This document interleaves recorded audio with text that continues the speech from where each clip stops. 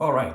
Right now, when we process videos in the back end, what happens is on the update or on progress of the process, we are basically logging the progress percentage to our log file here. So if you look at our log file, we are logging the percentage of the processing progress. But what we want to do is actually broadcast this in an event to users in the front end, and that will allow us to listen for those events in the client side and show the progress for each video that we're processing to the instructors. For that to happen, we need to set up broadcasting in Laravel and handle the events. So in this section, we are going to focus on setting up the broadcasting and installing Sockety, which is going to be the WebSocket server that we'll be using in our back end, and then sending that message out to the users in the front end. Now, fair warning, at this point, we will not really see the impact on the client side because we are not yet working on the Nuxt application, but we'll be able to see in our console that the information that we need to send to the front end is being logged in the console. And then when we get to the part of implementing Nuxt applications in the front end, we'll install Laravel Echo and listen for those events and show the broadcast messages to the client. Okay, so we will be using Sockety as our server for broadcasting events to the front end. If you have worked with any of our broadcasting systems in Laravel before, you know that Pusher was the most popular one in the past. And later on, we had Laravel Websockets, which is a PHP-based package that does everything that Pusher does.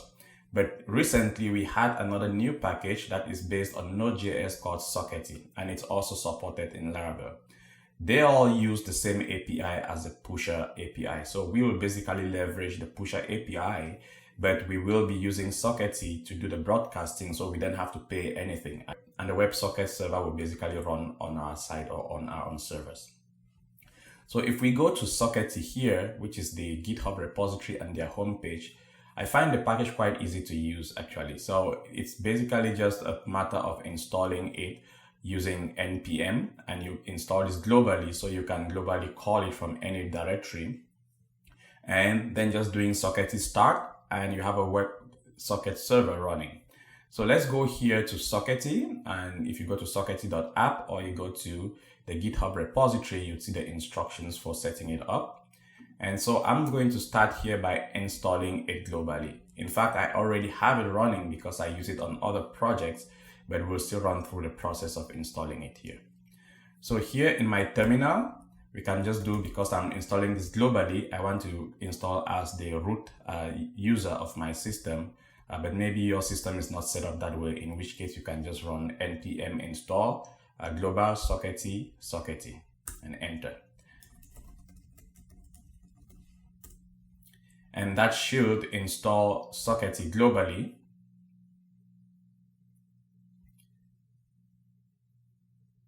And that's it. Once it's installed, all you need to do is do Sockety start, and that starts up a Sockety server. So you see everything is started up here, it's initialized, it's available at this port. So we will be listening for events using this port or this URL for configuration. For now, I'm going to stop that server and kill it, but we know that it is running. And let's come back to Laravel and set up the broadcasting features. So over here in Laravel, the first thing we want to do is enable broadcasting, okay? And to enable broadcasting, we go to config, app, and scroll down to where we have our service providers. And you see that by default, Laravel comments out the broadcast service provider. We want to enable that so that we can actually send messages out. Then we want to go to the broadcast service provider itself, which is in app providers, and we have a broadcast service provider. And at the bottom, we have a link, or it tells us where we are going to put the broadcast routes, in this case, in the routes channels.php file, and we'll leave it as it is. But what we want to change here is the broadcast routes. Because we are working with an API, the routes that come with the broadcast service provider are pointing to the web route and not API routes. So we want to change that and provide it with an API route and also bind that to our auth middleware so that only instructors who are logged in will be able to listen for events that we broadcast for the videos. Okay, so we're going to change this and say broadcast routes. And in here, we can pass a couple of parameters. The prefix for the routes will be API because we will be creating an API route.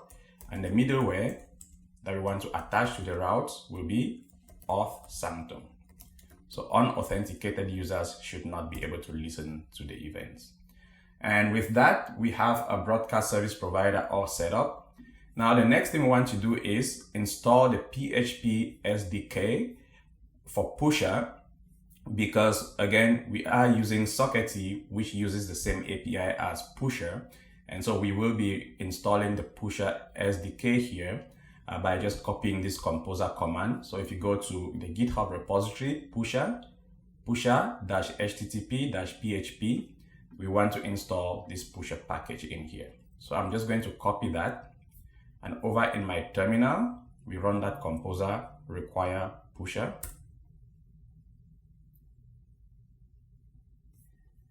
And that has installed Pusher in our composer file. Then we need to make a few configuration changes. If we go to .env, that's environment files, there's a parameter at the top here that says broadcast driver. So at the moment, our broadcast driver is set to log, which means if you broadcast any messages, they'll simply go to the log file. But we want to change that and set it to Pusher, okay? And we are going to configure the Pusher driver by going to config, broadcasting, and at the bottom, we have an entry under connections. We have an entry for Pusher. So we are going to be changing that configuration to actually use Sockety. So we're going to be updating this to use Sockety and not just the Pusher API itself. So everything that we have here, we'll leave it as is. For the Pusher app host, I'm going to actually remove this because we are not using Pusher. If you look at how it's stated here, the host is actually set to pusher.com, but we want to change the host to provide the host where our web server is running. And in this case, I'm just going to set a variable called Pusher app host, and the default that I'll set here will be 127.0.0.1.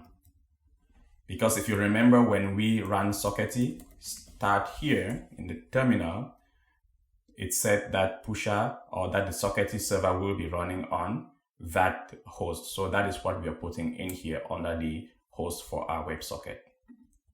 Then the port, we will also have a port that it's running on, and by default, it's running on 6001, which is what we see here. So we need to replace that port with 6001. And here under the Pusher scheme, now when we deploy to production, we will probably be running this with an SSL certificate. And so the scheme will be HTTPS, but because we are developing locally at the moment, I'm going to set the default value to HTTP so that it will allow us to develop things locally without requiring an SSL certificate. So the Pusher scheme by default will be HTTP and not HTTPS. Then we want our messages to be encrypted. We want to set use TLS to true, and I want to add a parameter for debug equals true as well. Okay, so we are going to enable debugging. We are going to use TLS and with encrypted messages.